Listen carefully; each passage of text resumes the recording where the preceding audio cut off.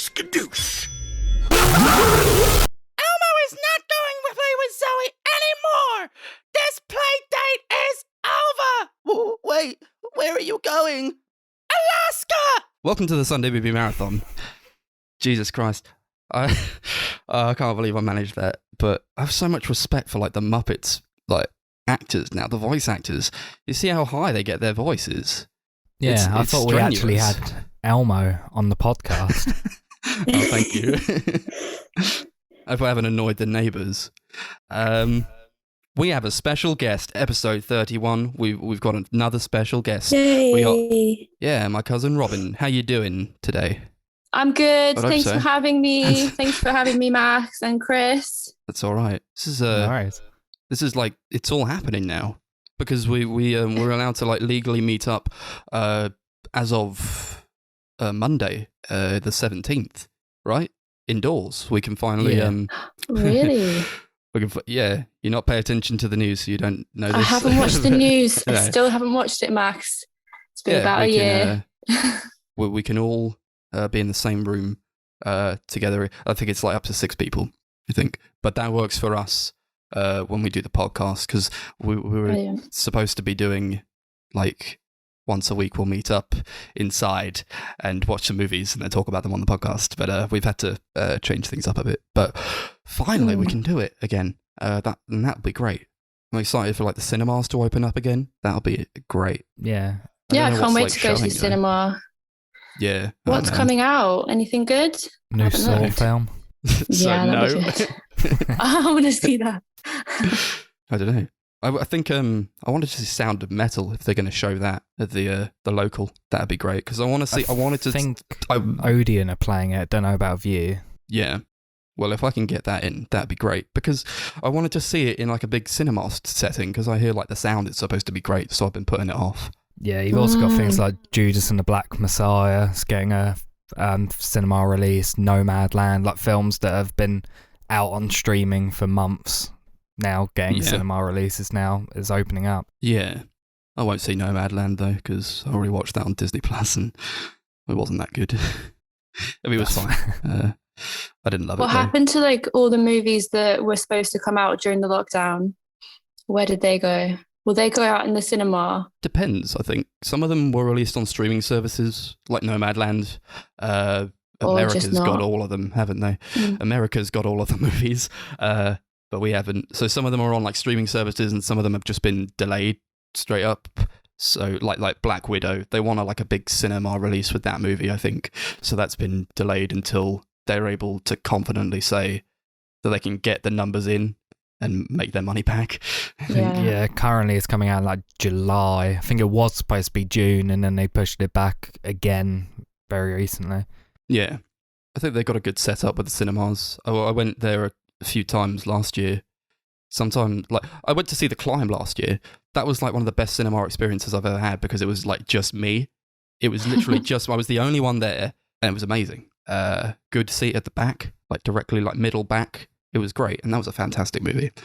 The Climb? What do you mean? The one with Hannah Montana? No, that's a song by Miley Oh. Cyrus you're thinking of. No, The Climb. It's about like two dudes who cycle, I guess. But that was a great movie. Oh. But then I went to see The Nice. Shining at the View, and like they're supposed to be like social distancing, but like they won't sit people in different parties next to each other, but they will seat people in different parties directly behind or in front of them. So I'm like, this isn't like a game of chess you're playing here. Like it's not like Yeah. the coronavirus can't move forwards or backwards. It can. Nobody coughs sideways, they'll cough forwards, don't they? Yeah, it's a shame. I hope they make that a bit better. Because like in like The Shining, that was like a really packed theater for what it was supposed to be. I don't know. So I think people are going to be a bit hesitant. Yeah, I haven't even risked it. I haven't No, been sure. to the cinema since what must be 2020. Yeah. Yeah, like early 2020. Yeah. Yeah, I think I went like 3 or 4 times after the first lockdown, and pretty much every time it was just empty. Yeah. Yeah. I just went like all the time in 2020 because there was so much that I just wanted to see there. They did like a lot of old movies. So I wanted to see a lot of like a few of the Harry Potter movies. I saw like The Shining and Evil Dead and Nightmare on Elm Street. I saw that as well. Yeah, a lot of You good can stuff. tell it was Halloween time when you were allowed to go. Yeah, they were open in like October and they had to shut down again. But I'm excited to see a few of the movies that they've got coming up. Should be interesting. They've got like Cyrano de Bergerac, which is like a stage play featuring James McAvoy that I wanted to see for a long time, and they're doing that at the View, so I might hop along to see that. Nice. I'm looking forward to watching Taxi Driver. That's showing at View every day next week. Oh yeah, that'd be great. I watched that for the first time very recently. It was fantastic. Probably like peak Scorsese. It's a fantastic movie. Definitely. And De Niro. He's amazing. Yeah. Do we want to get into the movies now? Yeah, Sure. Sure. Let's go. So, Yep. we'll start off with my recommendation. A bit of a strange one. Maybe one of the explain weirdest movies we've talked about so far. Yeah. I picked the film The Holy Mountain, directed by Alejandro Jodorowsky. I'd never actually watched the film before, but it sounded batshit insane from what I'd heard about it. It sounded like a very interesting movie, so I thought it would be a cool thing to discuss. Plot-wise, I don't really know what the plot was, I guess. I guess go it's on. like you got this guy called The Alchemist, played by Alejandro Jodorowsky himself, who's collected a bunch of people together, and he's basically going to take them up the Holy Mountain to possibly unveil the secrets to immortality. It's like a very spiritual quest. The film, like, it's probably the best film I've seen that discusses like religion and tries to create this full like spiritual like experience. Yeah, it's kind of hard to explain because there's just so much going on. But yeah, what did you guys think of this movie? I've seen it before. I watched it a few months ago, the tail end of last year. And I got out of it. I was like, what? What was any of that? What the hell was that? And I think that's probably a common thing to feel when you're watching this movie, because like even you struggle to explain it, and that's like yeah, because it's hard to explain, and it's hard to watch even though it's like it kind of goes by really fast for me. But I think you can interpret basically anything you want from it because it's so abstract. It's a lot to do, I think, with like the economy and like death and life and happiness and artificiality and like industrialism. And I do get a lot with religion as well, but I think mostly what I'm getting is like commentary on like society as a whole. What did you think about it, Robin? Oh man, it was really hard for me to sit through it, and I think it's because it doesn't. Yeah, the storyline, it was just like different scenes. It just kept switching. So yeah, I did struggle. My attention span was like, did you say that it was a quick movie for you to watch, Max? Yeah. I mean, yeah, And I found it the other way.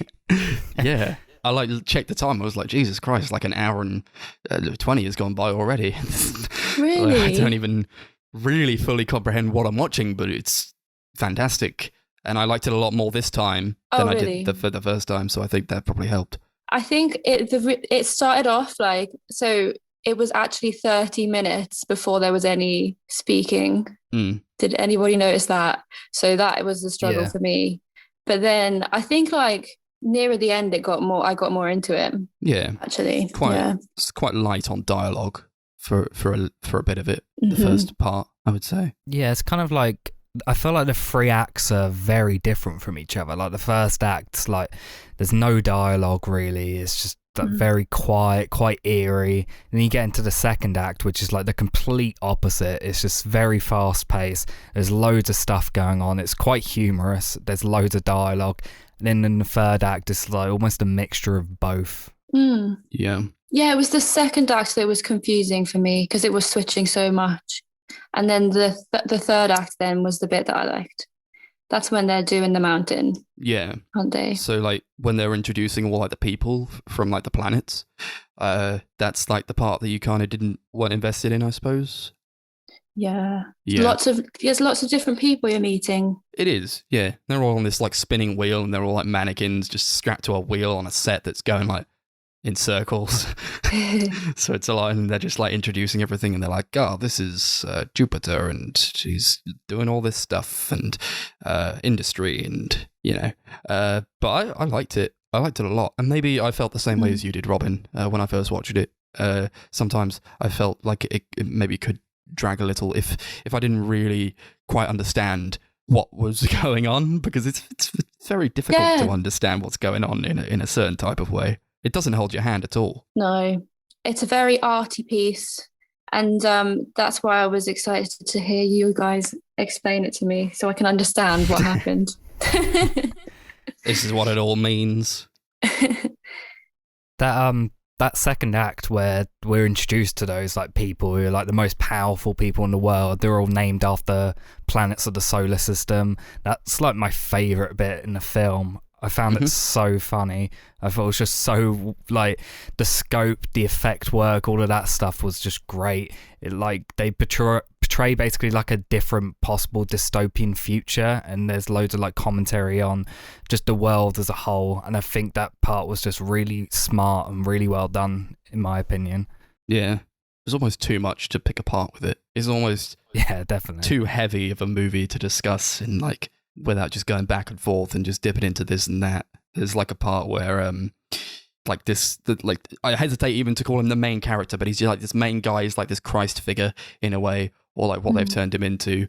And he like I think that was a lot of commentary on like religion and the way that people in different religions have like made Jesus into this like icon instead of like a man, and he wakes up beside like they like put him in a plaster cast, and then they make like a million mannequins of him, and he wakes up and he just starts screaming, like tearing them apart. That was hilarious. But I also think that was also kind of an interesting commentary on the whole thing, where it's like, you've taken this man and now he's your idol, and he has no sense of autonomy and no sense of self anymore. He's yours. He's not even his own person anymore. It's a celebrity. Yeah. Jesus Christ. Before that, he had like all these skinned animals attached to the crosses going through the streets, like they're like nailed up to the cross, like in a Jesus-like pose as well. Yeah, and they do that that circus thing with the lizards and the frogs. Oh, guys, I didn't like that bit. I didn't think you would. No, I didn't like it either. Really, I thought like at first it was kind of funny. It's like, look at them go. They're like just hopping around, just like play pretend war. But then, like, they get sprayed with all this blood, and then like, they just get like chopped to pieces. It's like horrible. Yeah, it was. That was it. It was like loads of disturbing, makes you uncomfortable as a viewer. And they had the girl, and they had the women all lined up, the prostitutes, I'm assuming, and then there was the little girl. That scene was horrible as well. Do you remember when the man was going over to her? I don't know. Do you not remember that? Honestly, no, I don't. Well, that was disturbing too. Chris, do you remember? No, I don't know what you're talking about. Oh, maybe it didn't happen then. Yeah, it did. They had a little girl, and she was like one of the women of the night. Yeah. And then he was like kissing her hand. Yeah. There was just lots of scenes like that were really gross. There were a lot of there scenes was like that. So much going on, I don't remember it all. I feel like I'd need to watch it a few times for everything to really sink in. Have you just seen it once, Chris? Yeah, this is my first time watching it. Yeah. I think there's there's a lot going on, and it's like these huge set pieces, I think, especially like in the beginning part where there's no talking whatsoever, but you just got these people just like wandering through the streets and like doing all these weird crazy things, like having sex on the street, and like celebrities having their picture taken, and just like it's a lot of weird shit just going along. These people holding up these like crosses with the flayed animals on them, and these like Romans sitting on like the barrels, just telling the main character, drink with us, come on and drink with us, and they get him like plastered. Yeah, and the music's really weird as well. There's like loads of didgeridoo and tribal sounds going on. Yeah. I like there was so many animals in this movie, so many like different really strange animals that you wouldn't expect them to be able to get for a movie. They had a tiger. Yeah, a bloody tiger here. Yeah, it was crazy. Massive camel. Yeah, Jesus, they had a cat. I'm like, how the hell did you get all these animals there? You got a camel, you got a heron, or like a pelican in one scene. They had a hippo. You got a hippo in the pool where the guy's getting his asshole washed. Oh yeah, it's crazy.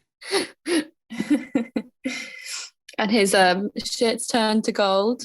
Yeah, that was a great scene. There was only like 2 animal trainers credited on the film, so I don't know if there was any more or whether there was just like 2 guys controlling all these weird, dangerous animals. Yeah, they just got like animals from like the streets or whatever, from like the wilds, and they were like, let's just put it in there. They're like, mate, if it hurts us, we'll just not include it. I got a bloody hippo in there. Hippos could tear you to pieces. What are they thinking? There's also a monkey in there. He meditates at one point, and that was my favourite shot of the film. Which shot was? The monkey meditating in towards the end. Yeah. Oh yeah, they had a monkey walking around. Forgot about that. Yeah. You're that girl who just carries the chimp around with her. Yeah. They're like best friends. I like that part where even as gross as it was, they clean him up after he goes into this like tower place. And then Hodorowski's like, oh, you are excrement. So he like gets him to like shit in a thing, and then like the shit boils and it like evaporates into like what God knows what, and then he's in like the center of this weird glass contraption, and then as it evaporates, it like turns into gold, and he's like, you are excrement, you can change yourself into gold. And like, that's very, I found that to be quite telling of like higher society. You always get people who like, if you talk about like the rich, and you're like, oh, the rich, they walk around like their shit don't smell. It's like, that's what I that's what I sort of took it as. Oh, interesting. Yeah, I had no clue what was happening. I thought that was supposed to be a self-development thing, like you can make yourself into gold. Yeah. Maybe. It could be. Yeah. Yeah. Even the shittiest of people can be redeemed into gold. Lovely. That's a far nicer sentiment than I think mine was. Yeah. That bathing sequence, apparently, like, that character, the thief, he's like, just like the Jesus-like figure. He was originally supposed to be played by George Harrison from the Beatles, but the only reason he didn't want to be in the film was because of that scene. And he literally asked Jodorowsky if they could cut that scene out, and he was like, no, you gotta do it. No, it is cinema. It was like, it'll be good because it proves to people you don't have an ego or something. But George Harrison, and he still didn't do it. No. Well, you could say that about literally anything, couldn't you? Like, if he doesn't want his asshole washed for everyone to see, I get that, I guess. Maybe like you could say that about anything. It's like, oh, you don't want to be in this scene that portrays your character as like as a rapist or like something horrible. You don't believe in art. Sometimes there are just things that actors don't want to do. I think like the best actors they try to push the boundaries a bit. I'm not saying this guy was like the best actor, but I do think he put on a pretty good performance, honestly. Yeah, he was good. He was very good. Yeah, it was a great scream. Oh god, yeah, blood curdling that was when he wakes up in those Jesus, the Jesus room. Yeah, just screams, horrifying. Wait, who was the one who had to? You know, when the scene at the end when they had he had the spiders all over him. That was a good actor. Oh my god. Yeah, well, he was covered. Yeah, they get people to do some weird shit in this movie. Honestly, like the guy has tiger nipples and starts squirting milk out of them. Oh. That was hilarious. This guy with leopard heads on his nipples. He starts sweating. Like, what the hell was that about? Yeah, but what does that mean? Oh, who knows? What does it mean? What does it mean? I don't understand it. You know, the milk of nature. You know, be fed by nature. All these decapitated leopard heads. I don't know. Maybe he just thought it was funny. Probably. There's a lot of funny shit in this movie. A lot of really weird stuff going. Like the sex machine, the sex robot. He's like, it gives birth to a baby robot. Yeah. Yeah. Or like what is it, Venus, when they're introducing Venus, like their business is for for the comfort and beauty of the human body. And like his father's there, he's like, my father is the creator of this empire. He is deaf, dumb, and blind. Like, before making a decision, he consults with my mother's mummy. He puts his hand to her sex. If it's moist, yes. If dry, no. Like, what the fuck? But that's like That good bit was commentary on hilarious. in industry, I think, and business. Yeah, I had that quote written down as well because it made me laugh so much. Yeah. Why do you think it's good commentary on business? Because, like, you know, they say like men are like led with their cocks in a way, but then like you see like the big tycoons at the very top tier list, and it's like it's just this guy making decisions based off of like if it's going to impress a woman, or like he doesn't really put much Oh. thought into it. So he's just like, oh, she's wet, yeah, I'll make that decision. She's dry, then it's not going to please her, so I won't make it. Interesting. And then all the women start off as workers, and then if they're good, then they become secretaries. Yep, that was yeah. Hilarious. That was. He's like having sex with them on the mattresses as they go around the conveyor. They're all stood in a line with babies.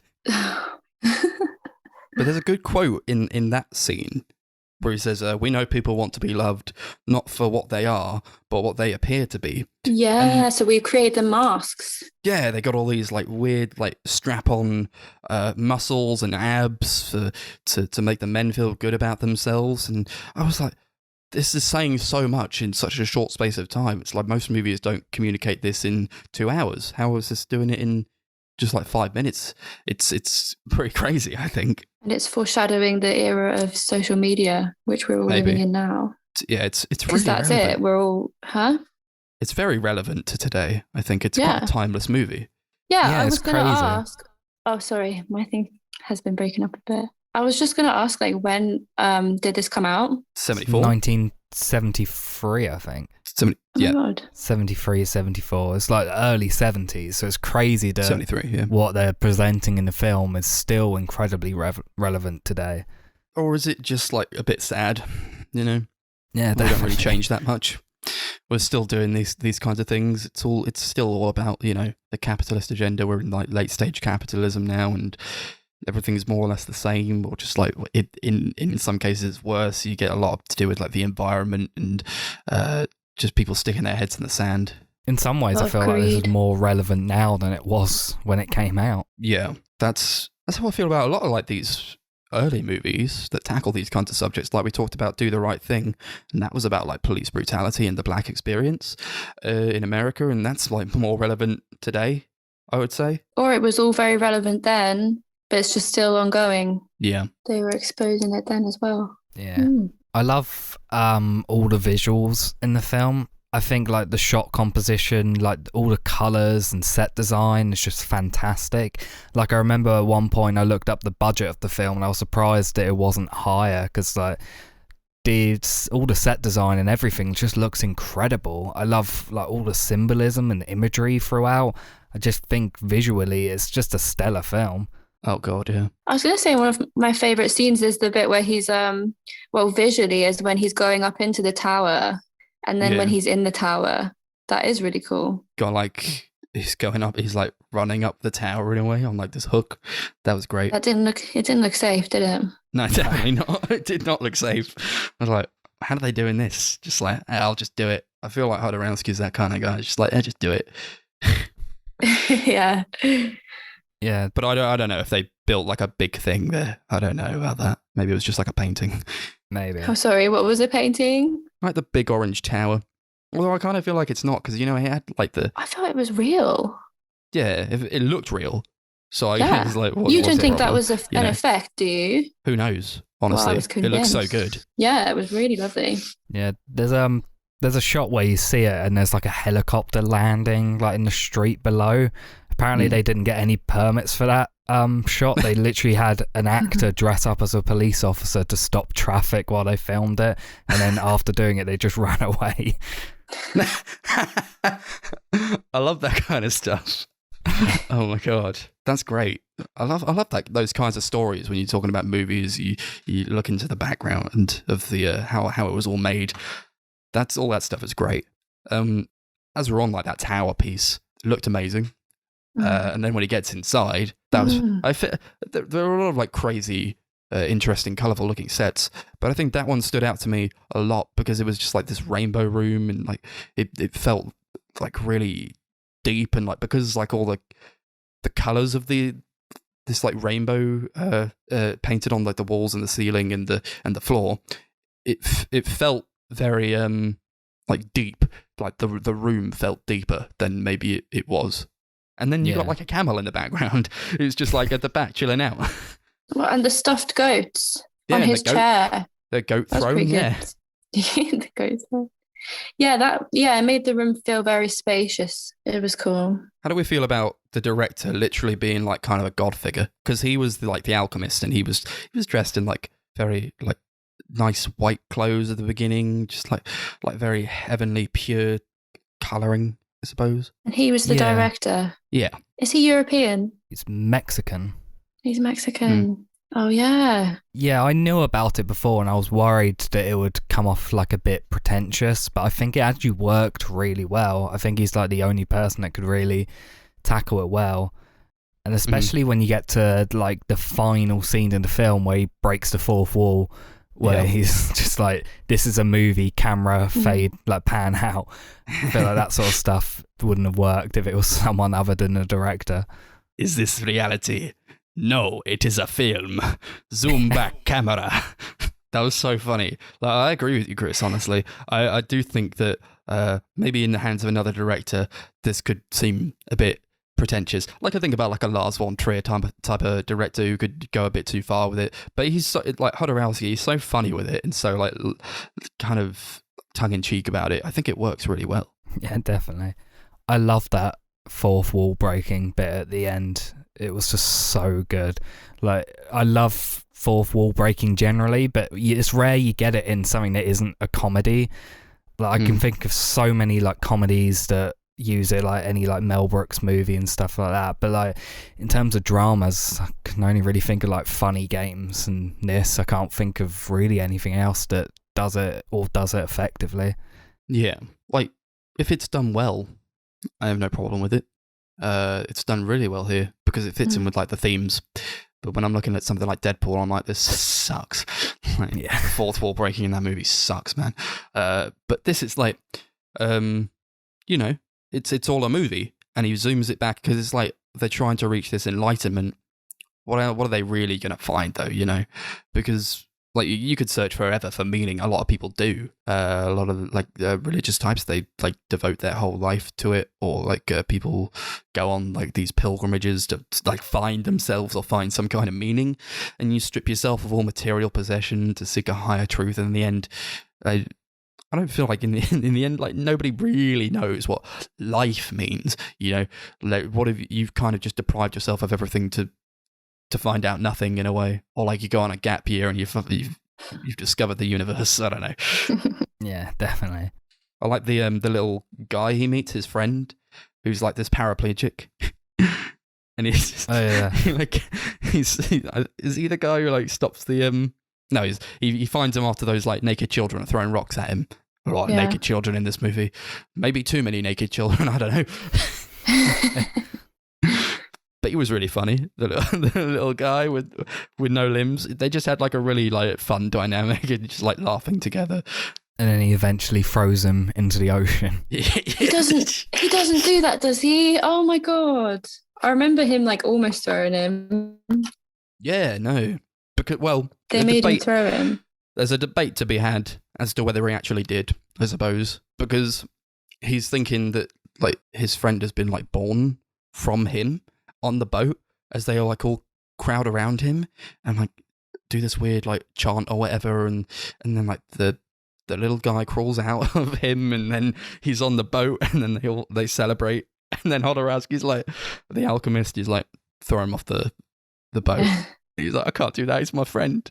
But then it cuts and he's not holding him anymore. So I feel like it was kind of just an illusion, but he had to let go of that part of himself, I think, because he's stripped himself down, as all these people who represent the planets have done. They've stripped themselves of their worldly possessions and their money and everything that ties them to like their businesses and the economy and economic structures. So that I feel like that was a way to get rid of the past in that way. I love the amount of like attention to detail Jodorowsky did when it came to like creating like the spiritual experience, like on screen and off screen. Like apparently all the cast like lived in his home. He had like this communal like area in his house, and he would like always get them to do yoga and loads of spiritual exercises. Apparently he would take LSD while filming some sequences. He also for just before filming began, he spent an entire week without sleeping because like a Zen master he was talking to directed him to do it. And even actually in the film, like the opening scene where you've got the two females who he like shaves all their hair off and like strips them down, apparently like that's like actual movements of a Japanese tea ceremony, like all the stuff they were doing there. And they weren't actresses that he picked. He just picked these two women who said they wanted to have this spiritual experience. Yeah. Do you think they got a lot out of it? Because at the end of the day, I don't know, it's just this guy shaving them. Maybe not. But they come back. They're in like one of the planets, I think. Yeah. Are they? Oh. Yeah. They're on like this bed, I think. And they wake up and they Where go the dogs run out of the bed. Yeah. And they go to the sex machine. They go to the sex machine. It's actually, it's a complex film. There's a lot to follow. Yeah. There is a lot to follow. And when I was watching, I was like, I wished I'd like kind of looked up a little bit beforehand, so I kind of knew what it was trying to, all the metaphors were. And yeah, I think that's what would aid a second viewing, honestly. Yeah. And I think like the best kinds of movies, they kind of demand a second viewing, or just you love them so much that you want to get more out of them. So when Chris recommended this movie, I was more than happy to watch it again because I had a much better time this time around. Because like I said, I kind of had like the same experience as you did, Robin, where I was kind of bored throughout some of it, where I didn't really kind of get what was going on. But I mean, it still stuck with me. It's hard to get a lot of these images out of your mind, I think. Yeah. Like the butt paintings. There's people like sitting in like the Jupiter place with like the art, and it's this big commentary on the art scene, and they're just like getting their butts dipped in paint and then sitting on some paper, and they're like, aha, it's art.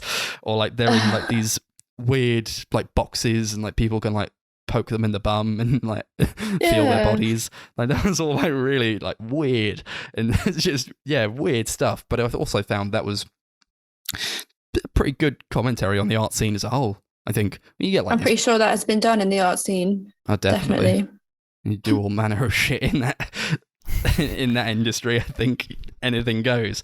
But I think that was like more to do with like how you can like sex sells, so it's like you don't really have to put much effort into it because like, well, they weren't good, were they? Just people sitting with their butts on the thing, and like that was like, oh, I could take a shit and it would come out better than this piece of art. And it's like that's like a comment on that type of thing. I think like you go to these art museums or like these galleries, and maybe a lot of it doesn't resonate with you, but sometimes a lot of it can. That's why I like going to like the Tate Modern a lot when I can go. A lot of that there is pretty interesting, but it's like sometimes you see sometimes it's like, oh, I don't know about that. Yeah, I'm like pretty a sure room we've been, full haven't of we, to blank Tate Modern? canvases. Yeah, we've been to the Tate Modern. Yeah. I went a couple of years back. There was like just a room full of mirrors, and I was like, I don't know what I'm supposed to get out of this really. But then like also there was like in another room there was like a big flag, and it was like supposed to be covered with the blood of slaves or something. I was like, Jesus Christ. Like real blood of slaves on this real flag that's in this museum. Really? It's pretty crazy God. stuff, yeah. So that has an impact. But yeah, some of the art, it's not really. There was in Newcastle, I went to the gallery there, and they just had like this guy had just like collected rubbish. Yeah. And made art out of it, apparently. He'd put it on a hula hoop. Not a hula hoop. Yeah. Yeah, like the hoop when you go around. Yeah. Well, it's all in the eye of the beholder, really. One man's trash is another man's really great, important Maybe that's piece what of he was art. trying. That was the message. Yeah. I think so. But I think it was also to do with like a lot of like the factory side of it as well, like the manufacturing art where it's not, there's no soul to it. Yeah. Yeah, I kind of related that to kind of like almost like the Hollywood studio system in a way, how they manufacture films that they know will sell. Yeah. And it's only gotten more relevant as time has gone on. Yeah, that's another thing that has gotten more relevant with time. Yeah. Damn. I liked when like people got like shot or stabbed, as brutal as that is to say, but they don't use like blood. They use like different colors of liquid. One guy gets like shot and he's like spilling out black blood. One of them gets like stabbed or whatever, and it's like yellow, or just like it's one of them was like a bird flies out of the wound. That was kind of like a movie we watched a few on the podcast called Nostalgia, where they tear open like a statue and birds fly out of it. That reminded me a lot of that. Yeah. Yeah, I remember the scene where they were like running. They were taking these drugs that made them run into the guns. Yeah. And then the yellow blood was coming out. What was that about? She was like, we were experimenting with a drug that it makes you feel invincible or something. Yeah. Oh god. That was so funny. And then they like cut to like down this alleyway, and this like limbless midget is like just screaming and like kicking something. Yeah, a mannequin. Yeah. Do we have anything else to add to the film, or are we good to move on to the ratings? There's so much. Wait, do we give ratings? Yeah. Yeah. We give ratings. I guess I want to say like a bit more about like the planets, I guess. I liked a lot of what was going on there. Just to wrap it up quickly, like loot on the planet Pluto. He's got like kids dressed as Mickey Mouse, and I guess that was like a big comment, like on like Disney as a company, I think. And that reminded me a lot of like the ending of Full Metal Jacket, where they're singing the Mickey Mouse song. Or like Axon, the chief of police on Neptune. He was really funny. But then like he's like cutting testicles off of people, and that was like, I don't know if you could call it an issue, honestly. It's like, I have a sanctuary of 1,000 testicles in here. It's like this last testicle, I had 999 testicles, and now I have 1,000. I'm like, but it's 2 testicles a piece, so wouldn't it just be double that? That's it. Oh dear. Yeah. It's a lot of fun if you can stomach something like this.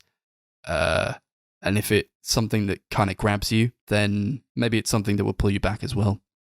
It definitely it pulled me back. I was definitely going to watch it again at some point, but I'm glad that I got to talk about it here. Yeah. Ratings then? Yeah. What should we rate this out of?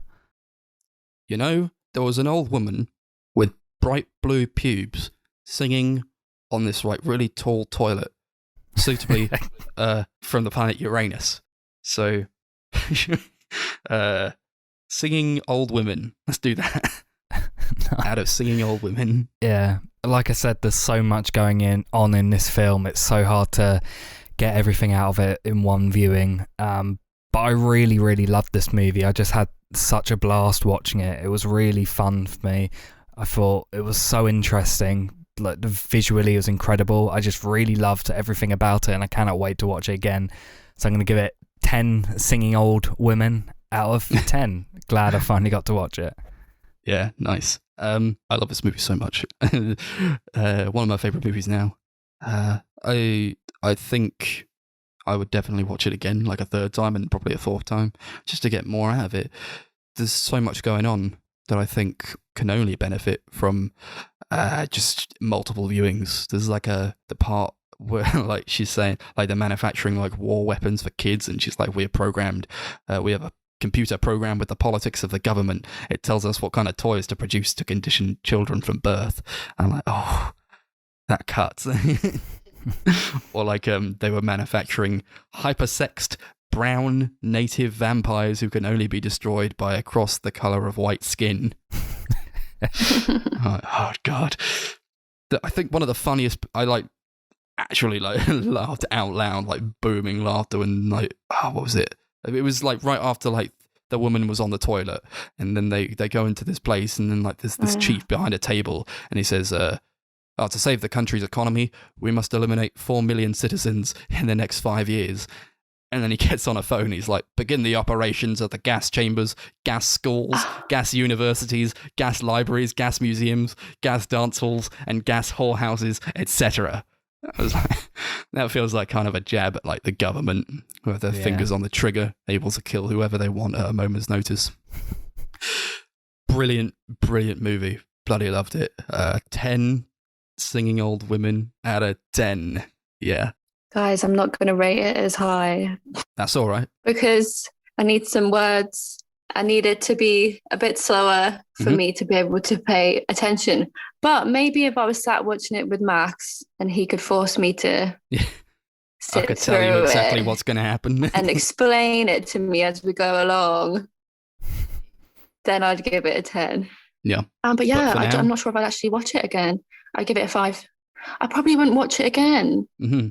Without being forced to. That's interesting. Even though I can tell it was so impactful on you guys and it clearly has a good message. Yeah.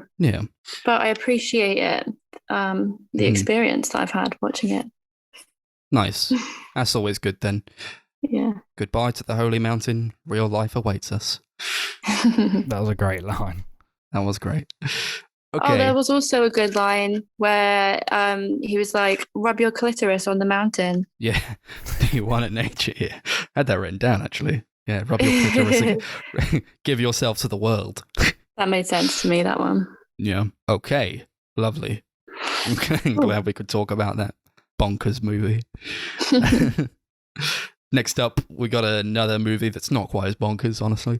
But it was my recommendations from 2012, directed by Haifa Al-Mansour. It's called Wadjda, and it is filmed and set in contemporary Saudi Arabia. And it's about a girl, Wadjda. She's 10 years old, and she just wants a bicycle. So she does what she can to raise the money in order to ride the bike of her own, like the boys do. But this is a place where it's pretty difficult for girls and women to do as they please. So you get a lot of like commentary on how Saudi Arabia is like nowadays, even with the restrictions they place on just people. I think women especially. And how the country is policed, I think. So, what do we think of this movie? Yeah, I really liked it.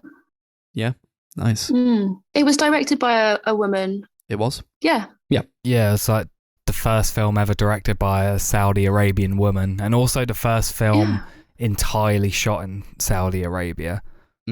Yeah, apparently Really? There's like a debate about whether it's like the first movie from Saudi Arabia, but maybe the first movie shot entirely in Saudi Arabia. She had to do a lot of shit to get this movie made, man. I admire her so much.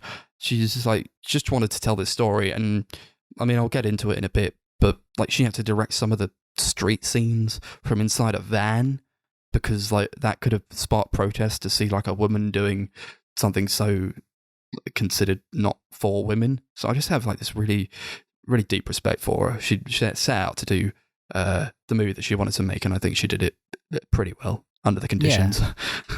Yeah, I respect her for her drive getting this made, and it's obviously quite a landmark film, and the fact that it's like the first film shot entirely in this country, the first film from a female director from this country, but I still didn't like it. I just didn't think it was a very well made movie.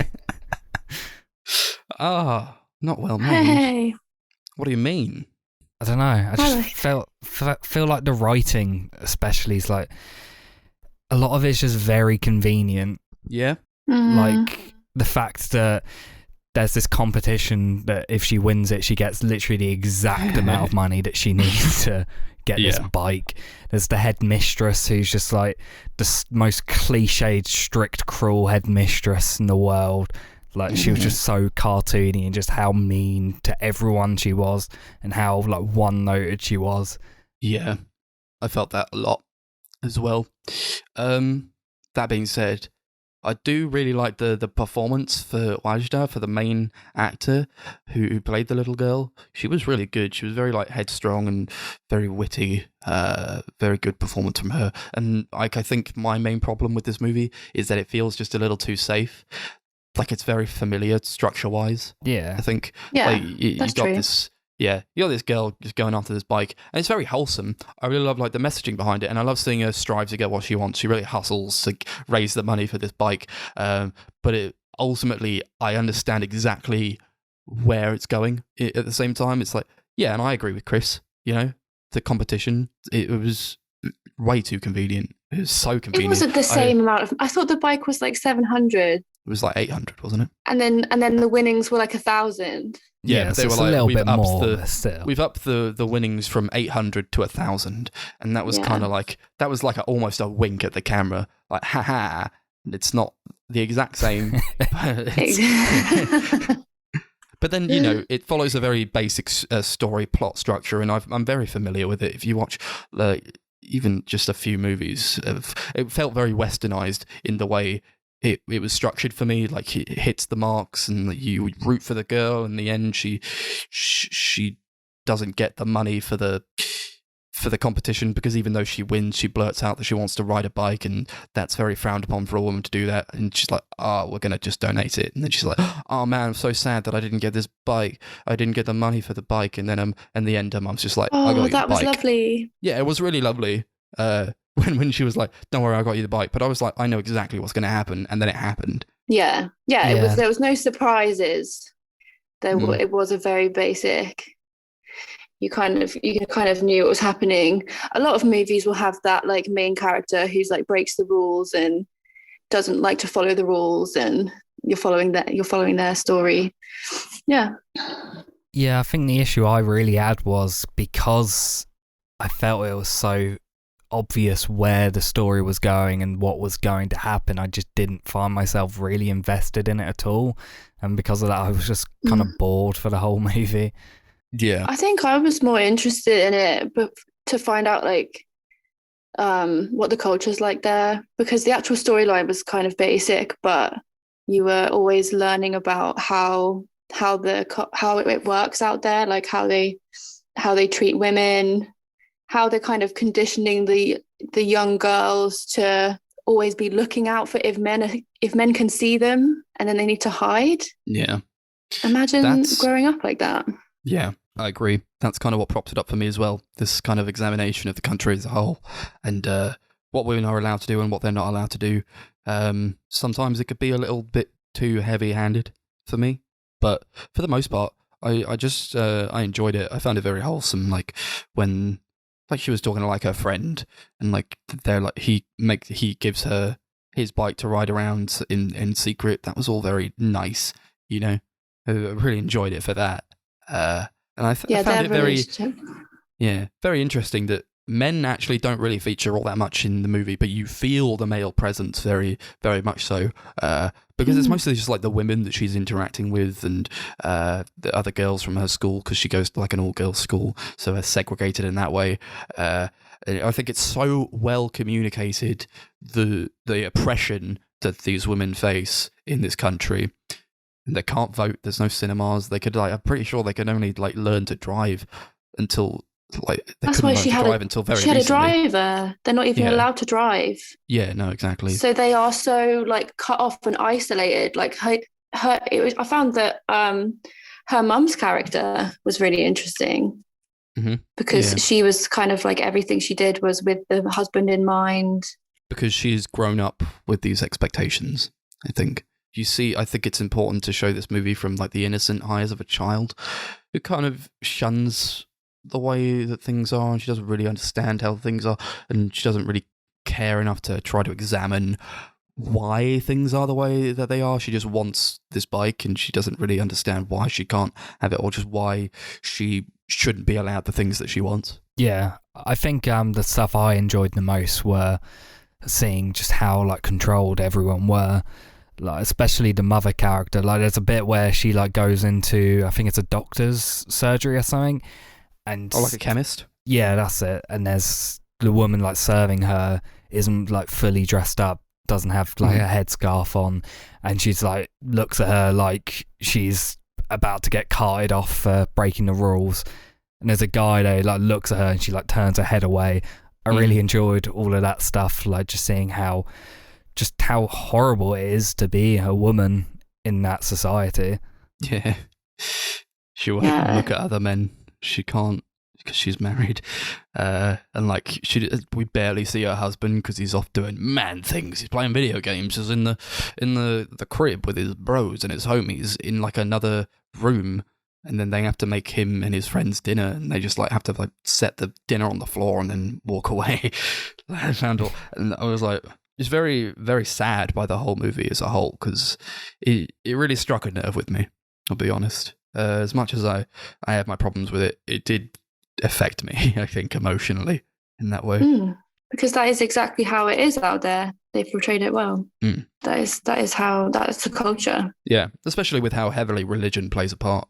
You know, you can't go to school. Like, you know, I went to like a school where we did like prayer, or like we went to church every now and then. But here it's like it's so regimented. They got to like memorize like scriptures and like different verses of the Quran. She's got to like buy this game to memorize the Quran for the competition. We don't have that here. We don't have it here. It's not so ingrained in our society. I think we're not as as conservative, as ironic as that is to say. But I think, yeah, it got me. It got to me. Yeah, like the praying is just part of their daily routine. It's part of everything. It's like the whole school is about religion. It's based on religious beliefs, isn't it? Yeah, compare it to like now. And in here in like Western culture. And I'm not saying that, you know, women have it super easy here, but like at least we're able to like, you know, just like go out on dates and date who we like and see who we want to see and do all these things and have all these freedoms. I think we're very, I was almost going to say we're very lucky here, but maybe it's not that we're lucky, it's just that that like that part of the world is not they almost just seem a bit too behind, you know. Yeah, I mean, men and women are just completely separate. They live completely separate lives out there, which is, I think it's a shame. Even that family tree only mentions the males of the family, and then, you know, and then she's a little kid, and so she puts her name on it, and she comes back in and like one of the men has taken it off. That's not giving her a great message as a child growing up. I was like, that was a funny scene to me. She was like, her mother was like, why are you so interested in your father's glorious family tree? I'm like, oh, if it's so glorious, why shouldn't she be interested? Yeah. Yeah, all those bits that show just how like bad it is to be a woman, how like controlled they are and how little like rights that they have. All of that reminded me of an animated film which kind of tackles it, called Persepolis, which kind of tackles it in a very similar way, like from the eyes of a child who was growing up in, I think it was set in Iran. It was back when it was called Persia, I think. Just all about how bad it was there. That film definitely tackles it in a much less wholesome and more political way. I do prefer the way it tackles it a lot. But yeah, I still think this film tackles this subject incredibly well. I think that's really the only bits that I actually enjoyed in the film. Yeah, I think like when I like praise this movie, I'm not really praising like, because it's not really anything I've not seen before in terms of the story that it's presenting. But I like that it was made by someone who lives in this world and wanted to tell the story. And it felt very personal. Yeah, it definitely did. I didn't like the part where her mother she's like, oh, can I have a bike? Can you give me the money to buy a bike? And her mother's just like, no, goddammit. And then she's like, you won't be able to have children if you ride a bike. I was like, what? What does that mean? Because nobody will marry her.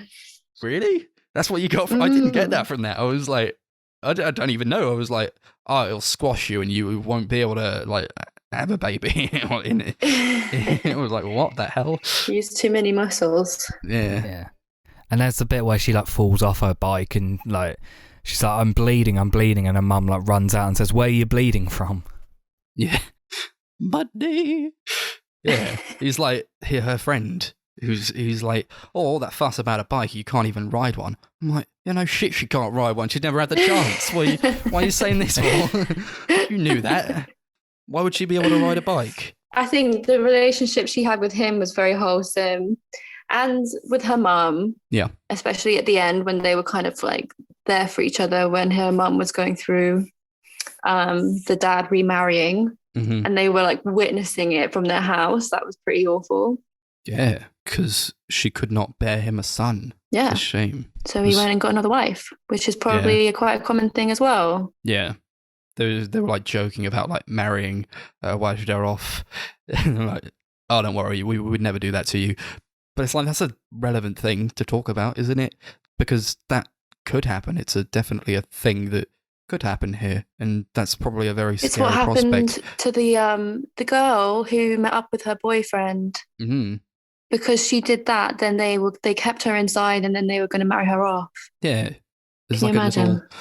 a little child in her class who she's like, oh yeah, I got married. Oh yeah, that wasn't real. What do you mean that wasn't real? What, she got married? I thought that was a joke. Yeah. No, she's like, I got married, here are the pictures. Oh my God, I thought that was like a boy that she fancied. And they were, okay, yeah, maybe that was actually real. Yeah. Yeah, I think so. Right? Yeah. am I wrong? Yeah, I thought so. Yeah. Yeah, that makes sense actually. See, but it's so like, it's such a foreign idea that I'm like, I didn't even think that was what it was. Because she was very young. Yeah. There's a lot of stuff in here that maybe I felt could be a bit too heavy with it, or a bit too, like, what was Chris saying about the head teacher who felt very much like a villain, and she did, definitely. Yeah. But then there were some parts where I thought, well, that's unrealistic, but I just don't know, because I don't live there. I don't know about this culture, so maybe some parts felt a bit too heavy with that kind of thing, but also I'm not really in a position to say whether that's realistic or not. That's interesting, yeah, because I didn't feel like it was. I thought that was probably what it is like. Probably experiences that the director had herself growing up, Yeah. Yeah. Yeah, the head teacher was a bit the villain. Yeah, bit much. All that, she was there like in the Quran reading, and like the teacher's like, if you have your period, you are not allowed to touch the Quran directly. You must use a tissue. And then there's the girl with the tissue, yeah. Yeah. All the girls laugh at it. They're like, haha, because it's quite a foreign concept to them, like, haha, periods. Yeah, because they're so young. They haven't even like started their periods. Yeah, exactly. But yeah, it's like a sinful thing to be on your period. That's another message they're giving women. So, and I guess the film shows that because all the women are like grown up, they're conditioned to think that way, and then they kind of like they're putting it on each other as well. Like when the mother goes to see her friend, and she's like disappointed. She's disappointed in her friend because her friend's not covering her face and things like that, and that's why she leaves. She doesn't apply for the job. Yeah. They let that slip. Who knows what else they could do? Pardon? Just if that's the kind of thing that they let slip at that kind of place, maybe that's not the place she wanted to work, I suppose. Yeah, because she's very strictly religious. Yeah, very devout. Her friend was kind of a bit looser about it. There's like that part where Wadjda has the Quran open. She's like, oh, don't leave the Quran open. The devil might spit into it. Yeah, that was crazy. I love the part where they're in the car with Iqbal, who's the driver, and Wadjda is like sees a picture of his daughter on his like dashboard, and he's like, "Oh, that's my daughter. She goes to school now. I never went to school." And then she comes back with, "Oh, that's obvious because you don't have any manners." Yeah, he's funny. There was some funny lines, like she's a witty kid. Yeah, she was a good lead. I think she kind of carried it for me. And I like the scene where she, the guy, she made friends with the guy who's selling the bikes. She's like, and I bought you a little mixtape because we're friends now. That was so really wholesome. sweet. I was like, oh, that was really nice. I loved that. Yeah. I felt that the girl who plays the title lead, like the lead role, she's really good in the movie, but I didn't really think anyone else in the film was that great. I felt like a lot of the performances were almost like soap opera-ish, especially like her mother. I don't know what it was about her, like her line deliveries especially. It just kind of almost felt like they were reading off a piece of paper. Yeah, maybe they were. I'll agree with that, honestly. It did Like have I a say, soap opera feel.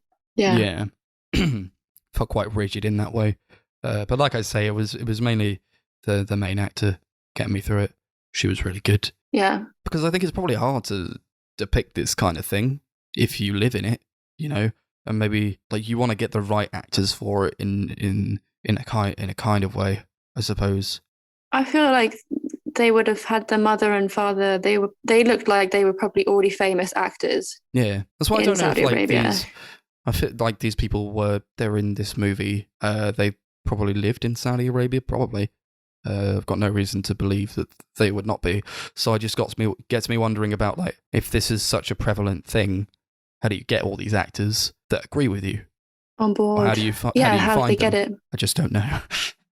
You probably find that a lot of people are like very against it, but can't really speak out because if they do, they'll face a lot of pressure. Yeah, it's yeah, I just don't know. I like that like when she's like in the street and she's like running after her friend with the bike and he like knocks a sandwich out of her hand. I was like, "Oh, you bastard." It was her only sandwich. Surely faces these harsh problems in the world. You knock a sandwich out of her hand. Damn. Yeah, maybe there's some parts of the country that are a little bit more ahead, and there's some parts that are still very religious, and maybe this just got made in the city where it's a little bit more forward. Yeah, maybe. I don't know what you guys thought about like the music, but I thought it could be like very understated, and I almost didn't notice it, honestly. And yeah, I don't have any memory of the music. No, like me neither, really. And it was composed by Max Richter, the score, and we've talked about him before on the podcast. He wrote On the Nature of Daylight, and I love that song so much. So I was kind of expecting big things from the score, but I just really didn't notice it. Maybe like one time where like she was riding the bike around on the roof, like that was like this kind of like ethereal type of piece. But other than that, I really didn't like care for the music at all. Yeah, it's kind of just like generic drama score. Yeah. And I could say the same thing about like the cinematography, because I feel like it's shot competently enough, I suppose, but maybe I would have wanted more out of just how it looked overall, or like how the camera was used. Yeah, I found a lot of the sound mixing was pretty bad. Like there was like some just sound effects that sounded super muffled and badly recorded, and there was like so much of it sounded like they'd done like put like a noise suppressor or something on it, and it just sounded like really empty and ugly, like scenes where they're like doing the dishes, or even when like her dad's playing like the Xbox or something. There's something about the sounds there that just sound really bad. I don't know if either of you picked up on that or whether that's just me. I don't know, honestly. Like I will say that the sound didn't really bother me. Maybe it could have, but I guess I didn't really notice it. And to try to give it another go, I would just have to watch it again. But I kind of don't want to watch this again because I feel like I've gotten about as much as I can get out of it on a first watch. Yeah, I didn't notice that bit either. No. Chris, I wanted to ask you, and I hope you don't mind me bringing this up, but did you relate to this movie because you also cannot ride a bike? Yeah. But then she like learned after like one scene, and that wasn't relatable at all. Yeah, that's true, honestly. Yeah, so many times when I was younger, gave up trying to ride a bike because I just kept falling over. I like rode my bike into a ditch one time. That was like traumatizing for me. That's a dyspraxia. Yeah, I even like fell off of my bike like last year when I was doing like a food delivery. Some curry got splashed everywhere, and it was a whole thing. Man, right on the road as well, the main road. Could have died. But yeah, bikes are dangerous. And then she just picks it up after like one go around. Oh, come on. Yeah, that's not believable. When she's like supposed to be learning, you can tell she can ride the bike. Yeah. You can tell. Do we have anything else? I was gonna say I like that scene where she gets upset about the stabilizers on the bike, and then her little friend takes them off. Yeah. Yeah, that was a sweet scene. Yeah. She was like fake crying. I think it was kind of like, it's quite predictable, but at the end I thought it was good. There was like everything kind of happened at the end didn't it? Everything did She got happen. Huh? Yeah, everything happened. Everything kind of happened at the end. She got the bike. Well, she won the thing, and then she lost the money. And then she got the bike, and then her mum they had to witness the wedding of her dad. So I thought that was pretty sad. I'm pretty sure I almost cried. Mm. That was a pretty sad scene. It's quite an emotional movie, I would say. Mm. Got a lot of emotions flowing from me, but yeah, I don't know if I'll watch it again. But I liked what I got out of it this time around. So, should we go on to the ratings? Yes. What would you rate it? Should we rate it out of bikes? Out of 10 bikes? Yeah, you read my mind. 10 Qurans, though. Nah, we'll do bicycles. Yeah, I wasn't really a fan of it. I don't think it's a terrible movie. I think some of it is decent. I feel like I probably was, I don't know, just I can understand why people would enjoy it. I just didn't really get anything out of it. And I'm going to give it, I don't know, maybe like a 4 or 5 bikes out of 10. I feel like 4's a bit harsh, so maybe 5, but yeah. Mm-hmm. Cool. Yeah, it's not doing much terribly, I don't think. But at the same time, I kind of don't feel like it did like much in the way of like something that was totally impressive or just like really standout-ish. Like I say, I got more out of like the circumstances under which it was made and the commentary more than anything. And yeah, I enjoyed it enough, I suppose. So I'll probably give it like a 6 bikes out of 10. Yeah, I would also give it 6 bikes out of 10 because it was a nice movie. I enjoyed it, easy to watch, and I also feel like I learned quite a lot about the culture. Yeah. So I feel like, yeah, I'm happy that I liked it. I did like it. That's another thing. And it's a move maybe, in the right like, direction, that it was a woman directing it and everything. Yeah, I think they've got a lot. I also like that it didn't like try to solve everything at the end because you can't really, you know. No, it kind of just shows that this issue's kind of still ongoing by the end of it. Yeah, it keeps the conversation going, and I like that about it. Nice. So we come to the final movie of the episode. Blue Jay. Yeah, but do you want to just give a brief synopsis on what it's about? Blue Jay 2016, directed by Alexandre Leman. Yeah, I've recommended Blue Jay. It's about a couple. Well, they were together, and they bump into each other, and it's just about, I think it's really just over a day of them talking, delving into their past really together, and it was amazing, and I love it. Mm-hmm. Do you guys like this film, Max?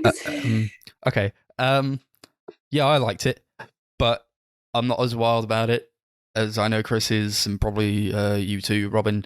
Okay. Like, at least Chris is on board. I honestly wanted to know what you guys thought about it, because when I watched it, I thought this is very fine and all right, I suppose, but I wasn't really getting much out of it. I didn't really like okay, I'm sorry. I just didn't really like the characters all that much. I thought they were like, you could tell they had some history behind them, but I almost didn't really care enough to understand what that history was, because I knew that, like, was it Sarah Paulson who plays the woman, and you know, she's a good actor. Sarah Paulson's good. None of the acting is like that bad, apart from a few moments. But she's married in this movie, and like the whole time I'm like, why are you doing this if you're married? Like, you shouldn't. Like, why is this happening? And why are you doing this for him? In a way, because why are you doing this tell, to him? Yeah, why are you doing this to him, and why are you doing it for him? They do like this like role play thing where like they play like their husband and wife for a night, and that got under my skin because I was like, why are you doing this when you could just go because home? They have such a history, don't they? What, you think he was doing this for him, like for her ex-partner Jim? I just feel like he was like, he seemed like he was very into it, you know, and I'm sure like she was also very into it, but in like, you know, I was just like, why? But why? What? I feel like she, in the back of my mind the whole time, I was like, what's the goal? Why are you showing me this? And that's like, again, I hate to be like too negative on it because I did like it, but like I just have these problems with it, you know. I felt like it was very relatable because it was like, yeah, they were kind of in battle with what's morally right to do, and then with all these like huge history that they had and their emotions, and like they were both following their emotions, weren't they? Because they wanted to spend the time together. Because there was loads of times when she could have gone home, and then she kind of was like, oh, can I see your house? And they kept it going, and yeah, it was on the edge of, is it right? Is it the right thing to do? Yeah, I kind of felt like a lot of it was like almost them feeling like this nostalgia, like she wanted to keep taking it further because she was just having such a great time bringing back these incredible memories that she had. Yeah. But then it got to the point where the bad memories kind of crept back in, and it got to the point where they couldn't really ignore that being obviously that they broke up because of the fact she got pregnant and got rid of the child. I felt like that bringing all that back, it was very powerful. I felt like it was quite relatable in the way that you always have fond memories of things in the past, but sometimes you have bad memories as well that never truly like completely go away, especially if you're like thinking about a past relationship. Like I'd say that I've had past relationships where I have like really fond memories that I still think about, that I still cherish, but I also have bad memories and know anytime I think about the good memories, then the bad ones come with it as well. Yeah, I don't know. Yeah, I've never actually seen an ex after. Do you know what? I can't imagine, and that's kind of why, because of that, like all of that was coming back up, and he was like, all the trauma came back up for him in the scene where he's just like burst into tears and he's crying, and yeah, because of that whole, he's being reminded of that whole life they could have had together. So yeah, so it was so emotional. I'm sorry, that scene was like unintentionally hilarious for me. When like he's like crying, he's like sobbing, and he's like freaking out.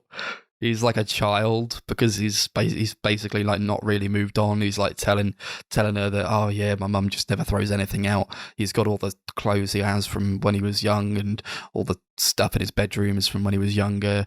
And I'm just like, that's just you though. I think like I got the sense that it wasn't his mum who was the hoarder. I felt like it was just him who couldn't move on. And then he like that could have been interesting, I suppose. I liked all that, but then he just like he freaks out and he like has this like emotional outburst, and I'm just like, it's really funny. It's not sad. It's just funny. Where's your empathy, Max? Yeah, I'm sorry. I'm heartless. I thought it was really good acting for both of them. I thought it was amazing. Like I love American Horror Story, so I already love her. And they were both, I felt like it felt very genuine. Yeah, sometimes people burst out screaming like that. Yeah, but, I think it was good, but I also kind of get where Max is coming from. I didn't personally find it funny, but I can understand why he would. Yeah. Oh yeah, I can see Max laughing at that scene. There was a lot of weird bits like that was sort of like cringy in a way. Or just like when they were like doing like that, they were out on the porch and they would go like, fuck the ice cream. I was like, stop saying it. They say it like 4 times. Like, oh please. Yeah. They're like rapping about it. I'm like, I don't like this. Do not like it. I thought you might be cringing at the dancing and stuff as well. Yeah. I was honestly on board with it until like they started doing this roleplay thing, and then it went downhill from there, and I thought, why is this happening all of a sudden? Well, it's what they used to do when they were kids. You know, that was that recording. Yeah, but at the same time, I was like, don't you have somewhere to be? You know, Sarah Paulson, don't you have somewhere to be? You were supposed to see your pregnant sister who you left, and like, oh, I don't know. Don't you have any sense of responsibility for the other people in your life? No, her husband's going to die soon, so... Yeah, that was weird as well. She might as well get back with him, with Jim. That was really weird. Like, oh yeah, my husband's like 68 years old. I was like, what? It's almost like they're basically trying to recapture what they had when they were young, because they were like 16, 17 or whatever it was. They were like in their late teens. They're like something innocent about their lack of responsibility back then, and they kind of want to recapture that then and just pretend that everything outside of that doesn't exist. Exactly. That's exactly it. Yeah, but also, like, they're doing all this stuff with each other that seems very romantic. They're stargazing, they're pretending to be like husband and wife, having a meal together. And like at the end, they like sit on the sofa and they just like high five, and it's like, haha, we're just bros. No boundaries were crossed here because we high fived. Did you know that? Well, I feel like all those bits were just trying to show the audience their compatibility and like how the kind of the relationship that could have been that was lost because of that. Because she had the abortion, which surprised me when I first watched that. That just added loads of depth to the whole film, I think, when you found that bit out. But did you know that it was like mostly improv? Felt like it. Yeah. Not in a bad way. Not in a bad way. No, I mean, like, they're good actors, you know. They're amazing actors, yeah. You know, I like their performances enough, but yeah, I just didn't really do it for me as much as I did like it. You know, I like that they were kind of presenting, like when the reveal came, and then like at the very end when they just kind of stare at each other by the car, I was like, this is like presenting like kind of an alternate history wherein like they could have been together, but history went another way, and things don't turn out the way you think they will, for better or for worse in the end, and you can't really do much in the way to change it if you're like kind of a determinist in a way. So I liked all that about it, you know, like the messaging, I suppose. Yeah, I think a lot of like how they improvise the dialogue is really good. I think some of it can be a little bit off, but for the most part, I think it feels very natural.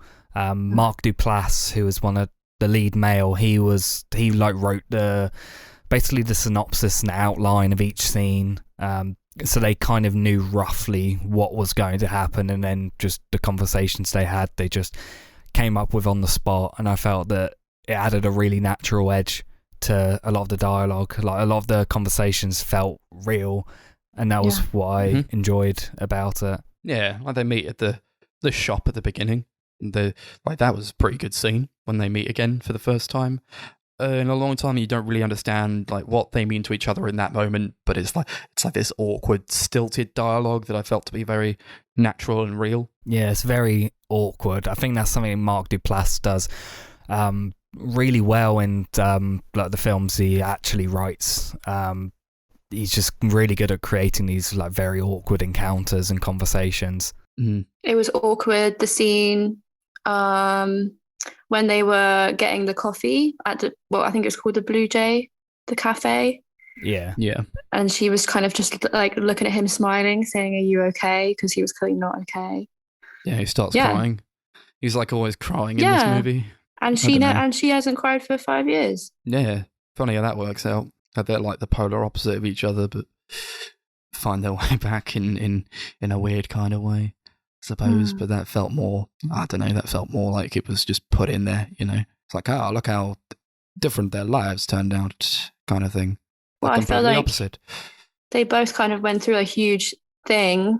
He kind of was stuck from it, and he didn't really recover from it. And she kind of just moved on and was like, made a new life. Yeah, he's like, your life is so great, I'm jealous of you.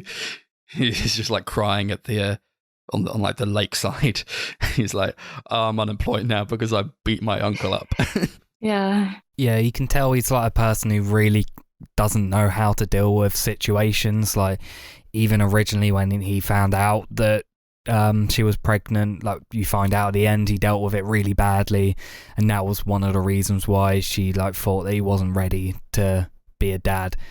And it kind of just shows how the fact he doesn't know how to deal with these situations is constantly fucking up his life and constantly leading him to make these decisions that reverberate on him and lead him down a dark path that he deep down doesn't want to go down. Yeah, I just feel like, you know, get over it. I can't just move on, man. Like honestly, how long has it been since you were in high school? Most people would have just moved on by now. Probably should too. I feel like at the end of it, I felt like they were going to get back together. I didn't. I do appreciate that they don't do that, because I feel like some films would have like in the final scene she'll like decide she wants to be with him and she'll like leave her husband and that'll be how the film ends. I appreciate the fact that it just kind of ends very suddenly. Well, it once doesn't leave find you out with everything. a clear answer, does it?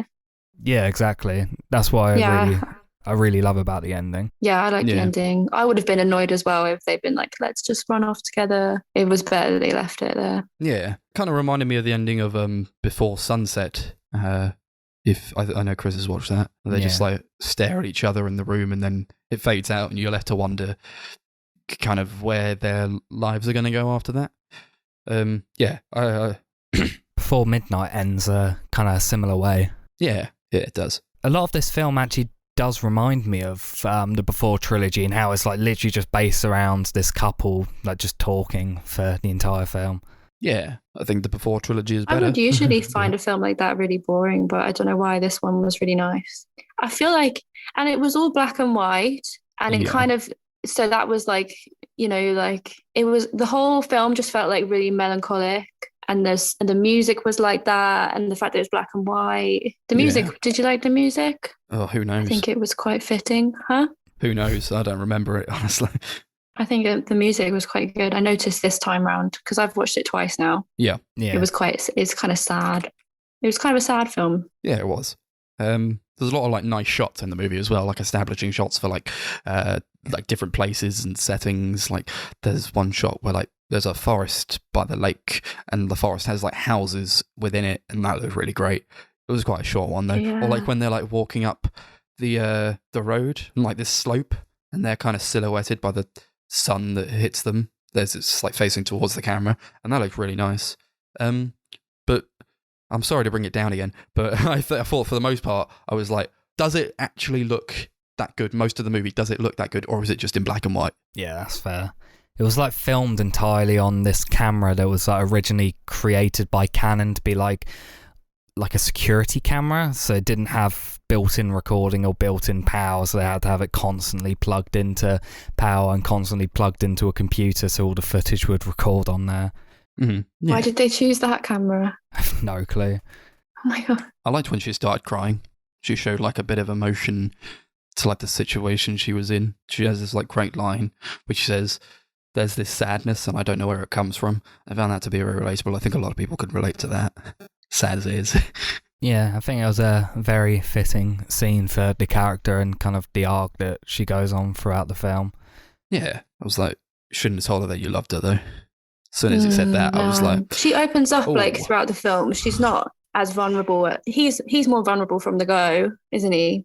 Yeah. And then she's kind of like, well, because she's married, she can't be like open about the fact that she's upset about stuff. But yeah, as it goes on, she kind of opens up, gets sad, and then he goes, I love you. Yeah, as they're making out on his bed that he had when he was a child or something. I don't know. And then it gets weird. Like, ooh, classic slip up. Never tell a girl you love her. She's married. Yeah. I found it a bit too convenient when she found that letter that was addressed to her. She's like rifling through his stuff. I'm like, first of all, why are you going through all his stuff? Like, okay, you knew him back then, but you don't know him now, and this is not your stuff. Let's start going through his things. And then, like, there's this massive pile of letters, and she just happens upon, like, the one letter in the pile that was addressed to her. She just steals it. That felt a bit too convenient. Really? Yeah, that's fair. But yeah, at the end, she cries when she reads the letter. Is that when she cries? He explains it to her, I think, and then like gives her the letter. Yeah. Yeah. And then she's like, why didn't you get? Because she wishes that he would have given her that. That's kind of how it ends. Is like. Yeah. That's where you get like the alternate history in it, where it's like, if only you'd have given her the letter, then you probably could have been together still. But that's not how these things turn out all the time, I'm afraid. Yeah, I like that. It's kind of like how just every like decision you make can have like this huge impact on your life. How you kind of have like two branches that you can go down, and how everything's different down one. Yeah. You might end up regretting a lot of things you do, and then you just think about it for the rest of your life, and you don't grow up, and you beat your uncle up, and then you're unemployed forever. But these things happen. Yeah. I feel like they were soulmates. Yeah. They were just like so compatible. Yeah.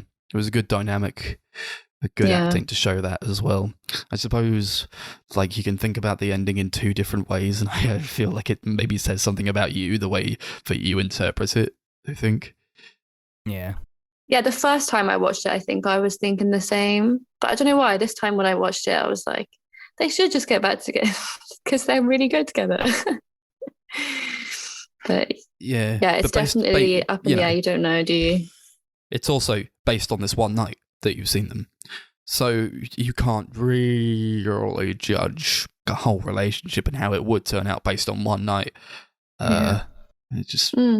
But that was interesting too, you know. It was that scene where they go into the shop and they see the old man again. Yeah. And then they're like, yeah, we're married. I remember you guys. You were here before. Oh, Wayne. Yeah. Yeah, it was a nice guy. Gave them their beer for free. Because he liked them.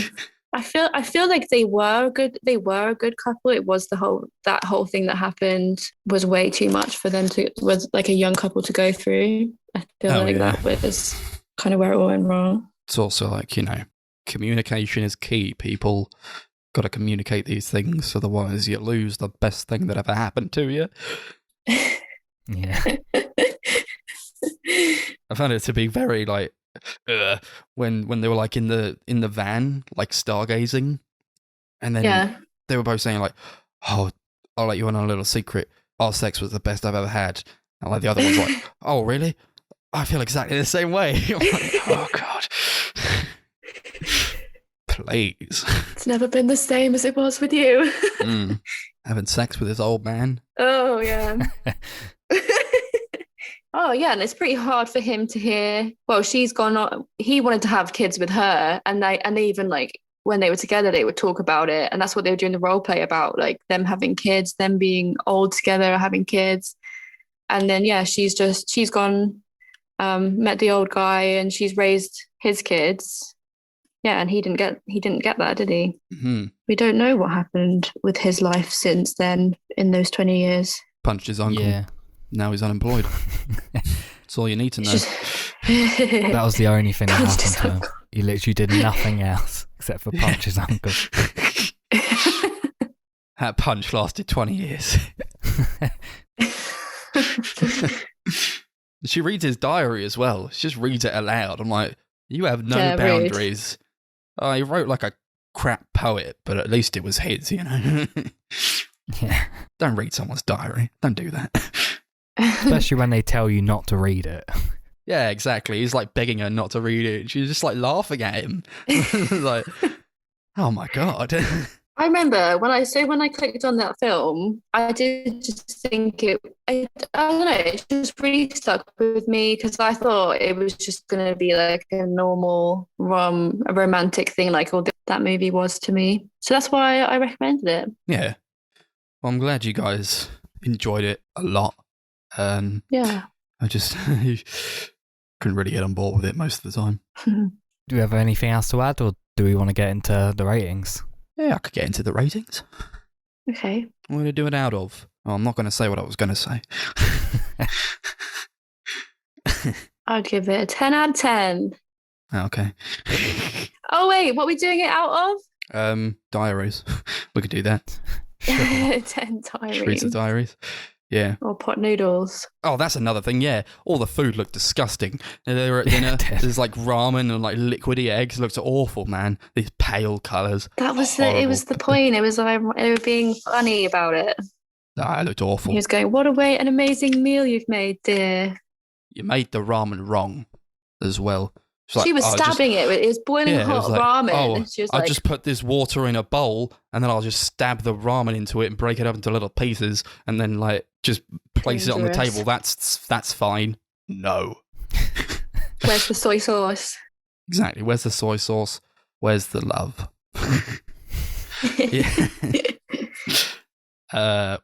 Should we do it out of... Well, I said diaries, didn't I? Yeah. Do it out of that. This is also my second time watching it, and I was worried that the second time around I wouldn't enjoy it anywhere near as much, but I still did. I really loved this movie. I think it's just somehow both quite melancholic and also wholesome at the same time. I think the acting's great. I really loved how it's improvised. and I just love how simple the movie is. And I'm going to give it 9 diaries out of 10. Nice. Yeah. Yep. And I'm a cynic, and I hate love, and all the rest of it. No, I did like it, honestly. I enjoyed it up until they started doing that role play, and then it never got back on track for me. So it's unfortunate, but that's how I feel. So I'm going to give it 6 diaries out of 10. Still a positive rating. Same as Wadjda then. Yeah, I like that more than this, but just a bit more positive on Wadjda. I'm not a cynicist, whatever the word is. Cynic. I love for a cynic. I love romantic movies, and I'm giving it 10 diaries. Lovely. Yes, that's great. I really like it. And yeah, second time round, I wasn't bored. It had me gripped the whole way through. So yeah, I love that movie, and I love Sarah Paulson. Yeah, okie dokie. That's a wrap on episode 31 of the Sunday Movie Marathon. Wow, we did it, and we're at the end of like an era with this podcast in a way, because now we go back starting next week to what we originally planned to do. Yeah. I think we could announce this now, right? Like, we've got a new host. Yeah. Connor won't be coming back, unfortunately. We lost him in the Alps. But we've got a new host. We've got Darcie, who's been on before. So very excited for that. Very happy to have her on as a new mainstay on the podcast. So that'll be great. We've got the series, the movie series that we're going to watch for the next episode that we can finally do in person. And I think we were going to do the Darkman trilogy just because that was the one that we had picked before we went into lockdown and we couldn't do it anymore. So I think we're just going to carry on with that, doing the Darkman trilogy. So we'll do that. I'm excited to see those. I've not seen them before. And of course, 4 episodes time, we've got Sunday Movie Marathon episode 35, Westworld season 1. Watch that, and we'll talk about it on the podcast when that comes out. We've got our social media the robot accounts. One? I don't know what it's about. I've seen it. It's pretty good. Nice.